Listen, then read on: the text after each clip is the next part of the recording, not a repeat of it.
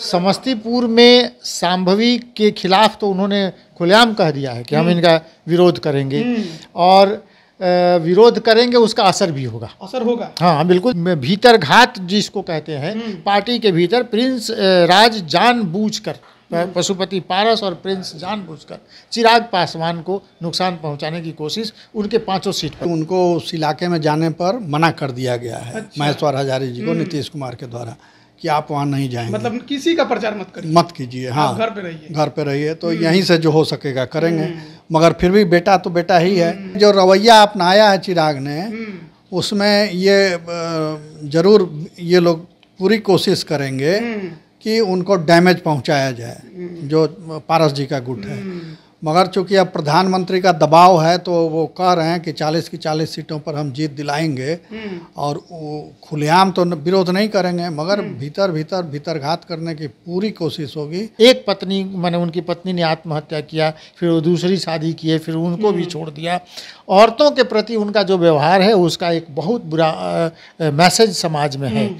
वो कुछ वोट काट लेंगे, माने वोट कटवा बन के वो खड़े हो जाएंगे, वो जीतेंगे नहीं। बंगाल तो इंटेलेक्चुअल स्टेट माना जाता है, इसलिए वहाँ विरोध हुआ, मगर बिहार में तो लोग उनके गाने पर नाचते हैं, मस्त होकर के खूब दोहराते हैं उस गाने को, तो वहाँ उनको समर्थन मिलेगा ऐसा मुझे लगता है। और जीत भी जाएं तो कोई आश्चर्य नहीं, आश्चर्य की बात नहीं, बिल्कुल, क्योंकि हार सकते हैं। इसके पहले सावन का समय था, उस समय लालू प्रसाद कांग्रेस के जो मालिक हैं राहुल गांधी, उनको मटन बनाना सिखला रहे थे। कौन सा मसाला डलेगा, कितने देर उसमें कलछुल चलाना है, ये सब बता रहे थे। एक खास वर्ग को केवल चिढ़ाने की कोशिश है या मल्लाह वोट बैंक को अपने तरफ खींचने की कोशिश है? नहीं, मछली खाने से मल्लाह वोट उनके साथ नहीं आने वाला। हाँ, मुकेश सहनी घूम रहे हैं उनके साथ। आजकल दो ही ये उनके माने आरजेडी के लिए 2 ही स्टार प्रचारक हैं। मुकेश सहनी नहीं बगल में बैठेंगे तो हेलीकॉप्टर उड़ेगा नहीं। अच्छा, उसमें ईंधन का काम जो है वो मुकेश सहनी करते हैं। अच्छा। तो उसके पीछे राज ये है, क्योंकि महागठबंधन है तो कांग्रेस बड़ी पार्टी है, तो उसके नेता को लेकर के घूमना चाहिए, जिसका ना कोई सांसद है, ना विधायक है, ना विधान पार्षद है, ना मुखिया है, ना सरपंच है, उस जिसका चुनाव चिन्ह जब्त हो गया, उसको आप लेके घूम रहे हैं। इसका कोई औचित्य किसी की समझ में नहीं आएगा। तो सिवाय इसके कि वो फाइनेंसर हैं। नमस्कार, आप लाइव बिहार देख रहे हैं। मैं हूं राजमोहन तिवारी। एक बार फिर से आप सभी का स्वागत है हमारे खास प्रोग्राम खबरों से खबरदार में। एक नजर सुर्खियों पर डाल लेते हैं। बिहार के अंदर राजनीतिक गतिविधियां अब काफी ज्यादा तेज हो गई हैं। लोकसभा चुनाव के मद्देनजर अब बीजेपी के शीर्ष नेताओं का बिहार दौरा बढ़ गया है और इसी कड़ी में पीएम मोदी के बाद आज केंद्रीय गृह मंत्री अमित शाह गया पहुंचे थे, जहां पर गुरारू प्रखंड में उन्होंने जनसभा को संबोधित किया और उस मंच से उन्होंने गया लोकसभा के साथ ही औरंगाबाद लोकसभा को भी साधने की कोशिश की। वहीं दूसरी तरफ मुकेश सहनी और तेजस्वी यादव का बिहार में लगातार दौरा देखने को मिल रहा है कई संसदीय क्षेत्रों में, और उसी के तहत आज गया और औरंगाबाद में दोनों ही नेताओं की बड़ी जनसभा हुई, जहां पर अपार भीड़ भी पहुंची थी। और एक बार फिर से तेजस्वी यादव ने गाने के व्यंग को लेकर उन्होंने पीएम मोदी पर तंज कसा है गाने के बोल के जरिए, और वहीं दूसरी तरफ मुकेश सहनी ने भी बीजेपी पर निशाना साधा है। तीसरी अगर खबर की बात करें तो जिस तरीके से सुबह सुबह तेजस्वी यादव ने एक ट्वीट किया और हेलीकॉप्टर में मछली खाते नजर आए मुकेश सहनी के साथ, जो विवाद बढ़ा उस पर उन्होंने प्रतिक्रिया भी दी और कहा कि हम तो बीजेपी के नेताओं का आईक्यू लेवल जांच कर रहे थे। इस पर भी विस्तार से चर्चा करेंगे। वहीं दूसरी तरफ चिराग पासवान के लिए मुसीबत खड़ी हो रही है, क्योंकि एक तरफ उनके चाचा पशुपति कुमार पारस ये दावा कर रहे हैं कि बिहार में 40 सीटों पर एनडीए को जिताने के लिए वो पूरा दम लगाएंगे, तो वहीं दूसरी तरफ उनके भतीजे और चिराग के भाई प्रिंस राज समस्तीपुर में सांभवी को हराने के लिए पूरा दमखम लगाने जा रहे हैं। उन्होंने इस बात का ऐलान भी कर दिया है और ऐसे में अब चिराग पासवान के लिए लिए समस्तीपुर में और शांभवी के लिए मुश्किलें बढ़ते दिखाई दे रही है। वहीं अगर अन्य खबर की बात करें तो बिहार में शिक्षा विभाग और के पाठक आखिरकार खबरों से कैसे दूर रहेंगे। आपको मालूम होगा कि 15 अप्रैल से बिहार के सभी सरकारी स्कूलों में छुट्टियां शुरू होंगी।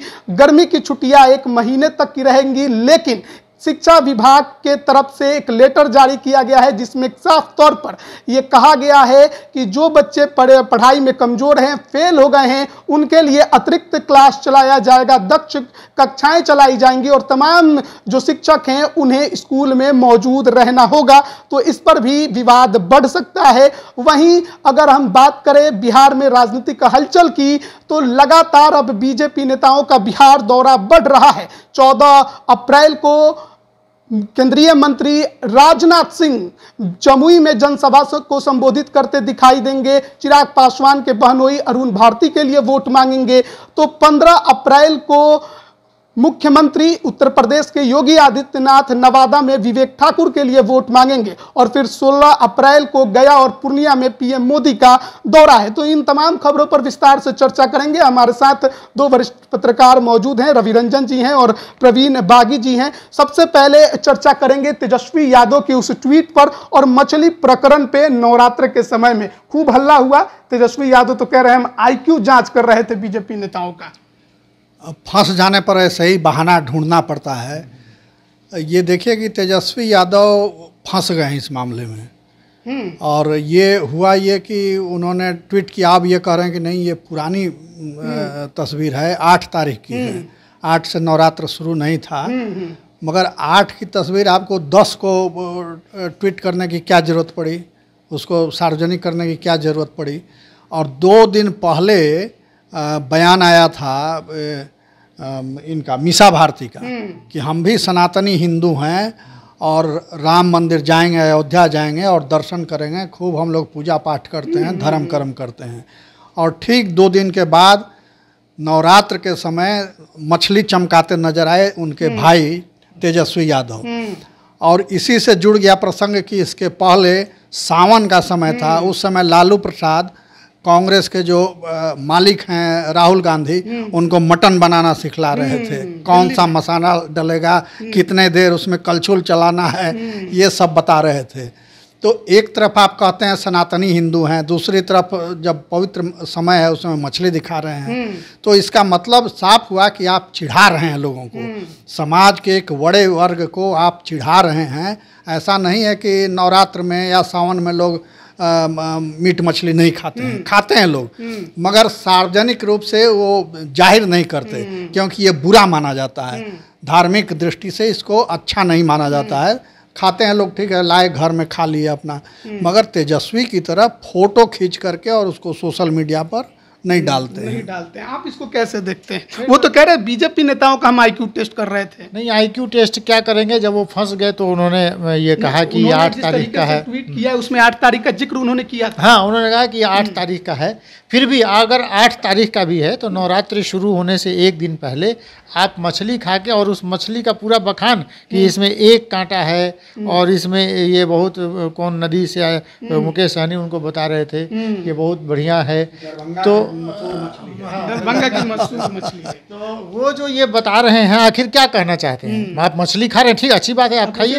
हाँ, जहाज में बैठ के आप खा रहे हैं तो हरियर मिर्चा और प्याज और नमक और ये सब बता रहे हैं जो खा रहे हैं, उसमें मछली जो स्पेशली दिखा के आप जो कह रहे हैं, इसके पीछे निश्चित रूप से वो एक खास समाज को, एक वर्ग को चिढ़ाने की कोशिश है कि हम देखो तुम नवरात्र में भी खा रहे हैं। लेकिन क्या एक खास वर्ग को केवल चिढ़ाने की कोशिश है या मल्लाह वोट बैंक को अपने तरफ खींचने की कोशिश है? नहीं, मछली खाने से मल्लाह वोट उनके साथ नहीं आने वाला। हाँ, मुकेश सहनी घूम रहे हैं उनके साथ। आजकल 2 ही ये उनके माने RJD के लिए 2 ही स्टार प्रचारक हैं, एक तेजस्वी हैं और एक मुकेश सहनी हैं। कल तक मुकेश सहनी जो उनके धुर विरोधी थे, आजकल दोनों साथ में मछली खा रहे हैं। तो उससे हमको नहीं लगता है कि मल्लाहों को वो एक अपने तरफ कर पाएंगे। उनके लिए देखिए बिहार में फिज़ा बदल गई है। बिहार में RJD ने जिस तरह से सीटों का बंटवारा किया, RJD ने जिस तरह से सीटों के बंटवारे में देरी की और लगातार ये चर्चा होती रही कि पैसा का लेन देन चल रहा है या कुछ चल रहा है, उससे हर सीट पर उनको बैकफुट पर जाना पड़ा है। और अब ये सब जो सनातनी होने का जो वो कहते हैं, ढोंग करते हैं कि वहाँ चले गए थे दक्षिण भारत में, तिरुपति में माथा छिला के पूरा परिवार वहाँ से आया पूजा करके, और अब दिखा रहे हैं कि हम मछली खा रहे हैं नवरात्रि में। उसका असर उनको झेलना पड़ेगा और उसका असर पड़ेगा। क्या मल्लाह वोट बैंक पे इसका असर नहीं पड़ेगा? क्या मल्लाह वोटों को अपने तरफ खींचने की कोशिश नहीं है? क्योंकि मुकेश सहनी के साथ हेलीकॉप्टर में लगातार उनका दौरा है और ये दिखाने की कोशिश है कि एक प्रेम है, एक खास बातचीत है एक वर्ग से। मुकेश सहनी नहीं बगल में बैठेंगे तो हेलीकॉप्टर उड़ेगा नहीं। अच्छा, उसमें ईंधन का काम जो है वो मुकेश सहनी करते हैं। अच्छा, तो उसके पीछे राज ये है, क्योंकि महागठबंधन है तो कांग्रेस बड़ी पार्टी है, तो उसके नेता को लेकर के घूमना चाहिए, जिसका ना कोई सांसद है, ना विधायक है, ना विधान पार्षद है, ना मुखिया है, ना सरपंच है, जिसका चुनाव चिन्ह जब्त हो गया, उसको आप लेके घूम रहे हैं। इसका कोई औचित्य किसी की समझ में नहीं आएगा। तो सिवाय इसके कि वो फाइनेंसर हैं, यही समझा जाएगा। तो इसलिए वो उनको साथ लेके घूम रहे हैं। और मल्लाह भी बड़े धार्मिक प्रवृत्ति के होते हैं, ऐसा नहीं कि वो भी धर्म के समय और पूजा के समय मछली खाते हैं। मछली ठीक है, शुभ माना जाता है, मगर उसके भी कुछ कायदे कानून हैं, कुछ नियम हैं, परंपराएं हैं, उनका पालन मल्लाह भी करते हैं। तो मल्लाह भी इसको पसंद नहीं करेंगे कि आप नवरात्र में एक और शक्ति की पूजा हो रही है, रामनवमी लोग मनाने की तैयारी में हैं, और आप मछली खा के उसको सार्वजनिक उसका प्रदर्शन कर रहे हैं। चलिए अगले खबर की ओर बढ़ते हैं। और आज बिहार की राजनीति में पवन सिंह, भोजपुरी के पावर स्टार, ने एक बड़ी घोषणा की है और उन्होंने कहा है कि वो काराकाट सीट से लोकसभा चुनाव लड़ने जा रहे हैं। अब पवन सिंह को पहले आसनसोल से बीजेपी ने टिकट दिया, टिकट वापस हो गया, फिर चर्चा हुई कि बलिया से चुनाव लड़ेंगे, राजद के टिकट पे आरा से चुनाव लड़ लेंगे, लेकिन कहीं कुछ मिला नहीं। अब पवन सिंह काराकाट लड़ने का घोषणा तो कर दिए, लेकिन कितना आसान और कितना मुश्किल होने वाला है? देखिए, काराकाट क्षेत्र जो है उसमें राजपूत वोटरों की संख्या है, और लेकिन उपेंद्र कुशवाहा वहाँ पर चैलेंज करेंगे, मैंने उनको लड़ाई उपेंद्र कुशवाहा से होगी। उपेंद्र कुशवाहा जिस जाति वर्ग से आते हैं और उनको जो बीजेपी का और सभी पार्टियों का जो समर्थन प्राप्त है, तो खाली राजपूत वोटरों के एक तरफा वोट पड़ने से वो नहीं होगा, क्योंकि राजपूत माने अगड़ी जाति के वोटर बीजेपी को माने उसके समर्थित उम्मीदवार को वोट करेंगे। दूसरा कि पवन सिंह की माने वहाँ से जो वो बेटिकट हुए थे आसनसोल से, उसके पीछे था कि ये द्विअर्थी गाना गाते हैं, महिलाओं का अपमान करते हैं, और एक पत्नी माने उनकी पत्नी ने आत्महत्या किया, फिर वो दूसरी शादी किए, फिर उनको भी छोड़ दिया। औरतों के प्रति उनका जो व्यवहार है उसका एक बहुत बुरा मैसेज समाज में है। दूसरा, एक माने भोजपुरी गायक, ऐसा नहीं कि वो बहुत क्लासिकल गाते हैं, भोजपुरी गीत गाकर जो पॉपुलर हुए हैं, और नौजवान जो माने रिक्शा वाले हैं, टेम्पू वाले हैं, बस ड्राइवर है, खलासी हैं, ये सब उनके बहुत बड़े समर्थक हैं। पर एक बुद्धिजीवी समाज में उनका मैसेज अच्छा नहीं है, और वोट जब पड़ने लगता है, जब हवा बनने लगती है, तो बुद्धिजीवी समाज उसको डोमिनेट करता है और वो बताता है कि किसको वोट करना चाहिए। सवाल तो है कि अगर निर्दलीय उतर गए, क्योंकि महागठबंधन से माले ने अपना कैंडिडेट घोषित कर दिया, एनडीए से उपेंद्र कुशवाहा करे हैं, एआईएमआईएम से प्रियंका चौधरी हैं, वो मैदान में हैं, निर्दलीय उतरेंगे तो किसका नुकसान करेंगे? जीतेंगे खुद। हाँ, देखिए, निर्दलीय उतरेंगे तो आखिरकार नुकसान एनडीए का होगा, माने एनडीए का नुकसान तो होगा। और शाहाबाद के अन्य सीटों पर भी अगर वो बागी हैं तो माने आरा के सीट पर, सासाराम में, बक्सर में। लेकिन हमको नहीं लगता है कि पवन सिंह जो हैं, माने अब सुधाकर सिंह बक्सर से लड़ रहे हैं, तो राजपूत क्या सुधाकर सिंह को वोट नहीं करेंगे? माने वो कुछ वोट काट लेंगे, माने वोट कटवा बन के वो खड़े हो जाएंगे, वो जीतेंगे नहीं। आप इसको कैसे देखते हैं, पवन सिंह का जो ऐलान है? देखिए, बिहार में वो काराकाट ग्रामीण क्षेत्र है, और जो उनका दर्शक वर्ग है वो ज़्यादातर ग्रामीण है, या माने कम पढ़े लिखे लोग हैं, श्रमिक वर्ग के लोग हैं, वही उनके गाने को पसंद करते हैं। बंगाल तो इंटेलेक्चुअल स्टेट माना जाता है, इसलिए वहाँ विरोध हुआ, मगर बिहार में तो लोग उनके गाने पर नाचते हैं, मस्त होकर के खूब दोहराते हैं उस गाने को, तो वहाँ उनको समर्थन मिलेगा ऐसा मुझे लगता है। और जीत भी जाएं तो कोई आश्चर्य नहीं, आश्चर्य की बात नहीं होगी। बिल्कुल, क्योंकि हार जाएंगे, हार सकते हैं, हार सकते क्योंकि बिहार में ऐसे ही लोगों को पसंद किया जाता है और जो कुपथ रथ दौड़ाता, जो पथ निर्देशक वह है, शास्त्री जी कह गए थे, जानकी वल्लभ शास्त्री जी। तो बिहार में वैसे ही लोग हीरो बन जाते हैं समाज के, सोसाइटी के, जो 2 नंबरिया काम करते हैं, गलत काम करते हैं, अपराधी चरित्र के होते हैं। अच्छे लोगों की पूछ बिहार में कम होती है, बनिस्पत जो बैड एलिमेंट्स हैं वो ज़्यादा बड़े हीरो होते हैं बिहार में। आप उठा करके देख लीजिए, हर गली हर क्षेत्र में वैसे लोगों की प्रतिष्ठा होती है। तो वैसे ही मैं पवन सिंह भी भलगर गाने गा के प्रसिद्ध हुए हैं, तो वो वहाँ से उनका सपोर्टर जो है वो तो दीवाना हो जाएगा जब वो अपनी सभाओं में और वो गीत दोहराएंगे, तो समझ लीजिए क्या समा बंधेगी। ऐसे भी खड़ा हो जाए तो फिर भीड़ उनको बुलाने की जरूरत नहीं है। तो हवा तो वो बना ही देंगे वहाँ, और हवा बदलने की क्षमता भी है। लेकिन उपेंद्र कुशवाहा क्या करेंगे? एक ही सीट उनको मिला और वहाँ भी बागी बन के बीजेपी के बागी ही कहे जाएंगे पवन सिंह, और वही खड़े हो गए। तो बीजेपी मना लेगी, कुछ अंदर से सेटिंग गेटिंग हो पाएगा, कुछ मामला ठंडा हो पाएगा?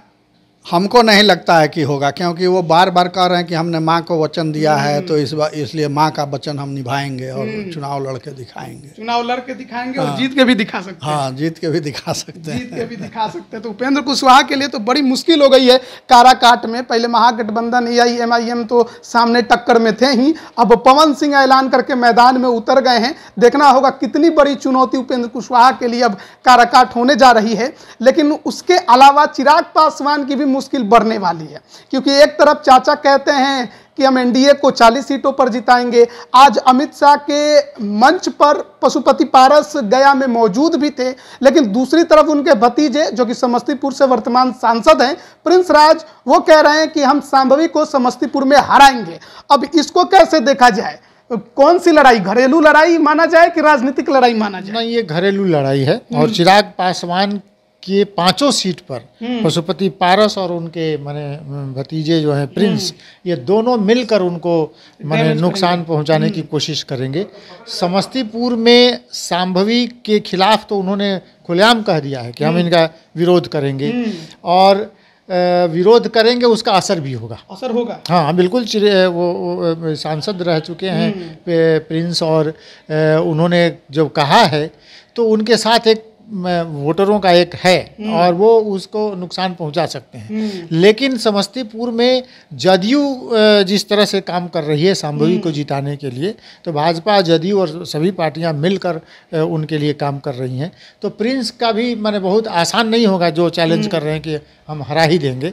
लेकिन ये भीतर घात जिसको कहते हैं, पार्टी के भीतर प्रिंस राज जानबूझकर, पशुपति पारस और प्रिंस जानबूझकर चिराग पासवान को नुकसान पहुंचाने की कोशिश उनके 5 सीट पर करें। जदयू भी पूरे तन मन धन से कैसे सांभवी को मदद करेगी? आपस में ही अब 2 मंत्री के बेटा बेटी मैदान में उतरने को तैयार है। अब कांग्रेस से जो महेश्वर हजारी के बेटे हैं वो उतरने के लिए पूरा एकदम उरेठा बांध के खड़े हो गए हैं। तो जदयू में भी तो 2 फार की स्थिति है। जदयू में 2 स्थिति ये बन गई है कि उसके 2 मंत्री, और दोनों ही मंत्री नीतीश कुमार के चहेते हैं। हालांकि अशोक चौधरी का मैंने थोड़ा बड़ा कद है महेश्वर हजारी से, लेकिन हमको मैंने राजनीतिक उसमें जो चर्चा है उसमें यह है कि नीतीश कुमार ने महेश्वर हजारी को कहा है, महेश्वर हजारी खुद भी नहीं चाहते थे कि उनका बेटा वहाँ से जाके चुनाव लड़े, तो उनको कहा गया है कि आप शांत रहिए। लेकिन वहाँ भी बात यही है कि एक पिता कैसे शांत रहे, अपने क्षेत्र में अपने लोगों से कहे। चाहते तो वो थे ही कि वो चुनाव लड़े चिराग के टिकट पे, चिराग ने टिकट नहीं दिया तो मामला गड़बड़ हो गया।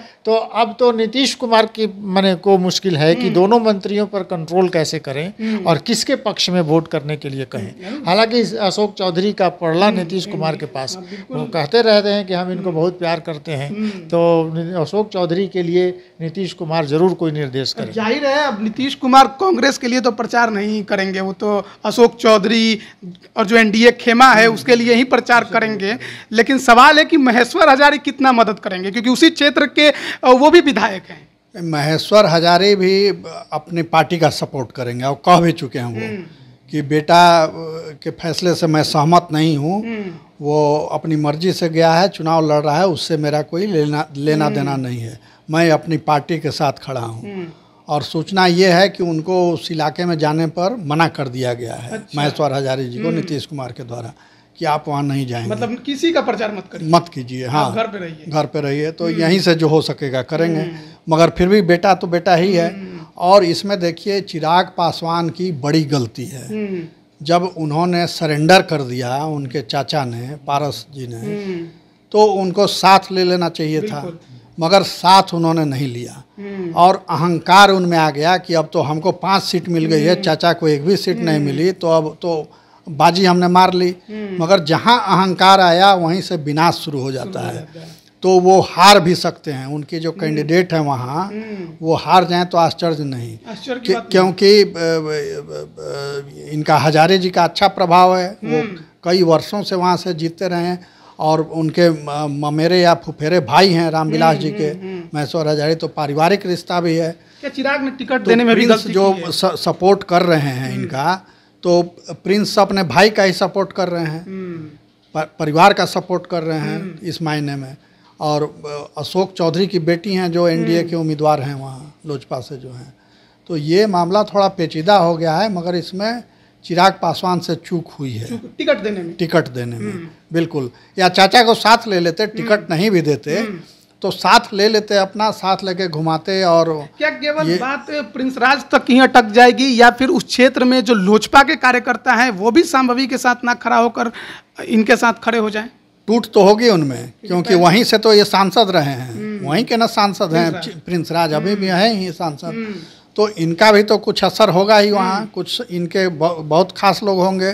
तो वो वोट जो कटेगा इनका, एक तो कांग्रेस का वोट जाएगा, दूसरे वो एनडीए का वोट ही काटेंगे, लोजपा का वोट ही काटेंगे। जो लोजपा के कार्यकर्ता थे कल तक, वो आज अब इनके साथ घूमेंगे, तो असर पड़ेगा, बिल्कुल असर पड़ेगा। और इसका नुकसान सीट हार कर भी चुकाना पड़ सकता है, संभव है।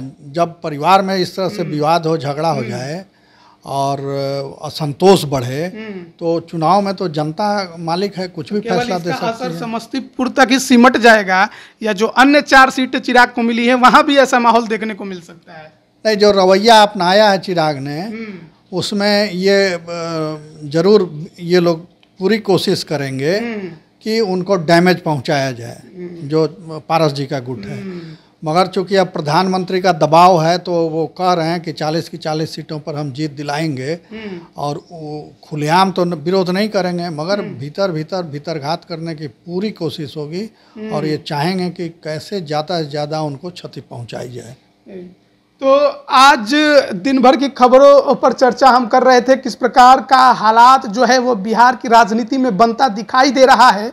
अब 19 अप्रैल को प्रथम चरण का चुनाव होना है, और उससे पहले महागठबंधन से तो उतने नेता मैदान में उतरते नजर नहीं आ रहे हैं। अभी लालू यादव जो है वो अभी मैदान से बाहर हैं, भले ही घर से सही, लेकिन रणनीति में जरूर उनका हाथ है, पर चुनावी मैदान में प्रचार प्रसार करने में अभी नहीं है। बहुत जल्द दिखाई देंगे। लेकिन बीजेपी नेताओं ने अब बिहार दौरा बढ़ा दिया है। शीर्ष नेता लगातार अब बिहार में आपको दौरा करते नजर आएंगे। चुनावी जनसभाओं के बारे में हमने पहले भी आपको जानकारी दी, और 19 अप्रैल से पहले देखिएगा अभी बिहार में और भी बहुत कुछ आपको देखने को मिलेगा। तो बने रहिए लाइव बिहार के साथ। आप सभी का बहुत बहुत धन्यवाद।